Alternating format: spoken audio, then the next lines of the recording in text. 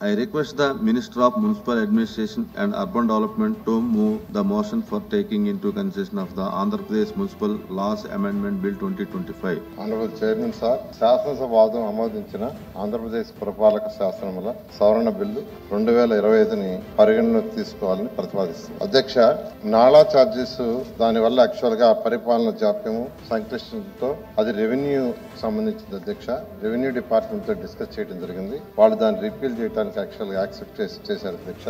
అయితే దాని మీద ఎక్స్టర్నల్ అంటే తీసేస్తున్నాం కాబట్టి ఎక్స్టర్నల్ డెవలప్మెంట్ ఛార్జెస్ అని ఈ యొక్క మున్సిపల్ దాంట్లో పెట్టి ఏదైతే ఈ ఎక్స్టర్నల్ డెవలప్మెంట్ ఛార్జెస్ ఈ అర్బన్ అథారిటీస్ కానీ మున్సిపాలిటీస్ కలెక్ట్ చేస్తారో, అయితే రూరల్ ఏరియాలో కలెక్ట్ చేసినప్పుడు ఏ విలేజ్ లో కలెక్ట్ చేస్తారో అక్కడే ఖర్చు పెట్టేటట్టుగా వాళ్ళ ఇన్ఫ్రాస్ట్రక్చర్ కి, మున్సిపల్ ఏరియాలో కలెక్ట్ చేసి అక్కడే ఖర్చు పెట్టేటట్టుగా యాక్చువల్ గా చేయడం జరుగుతుంది అధ్యక్ష.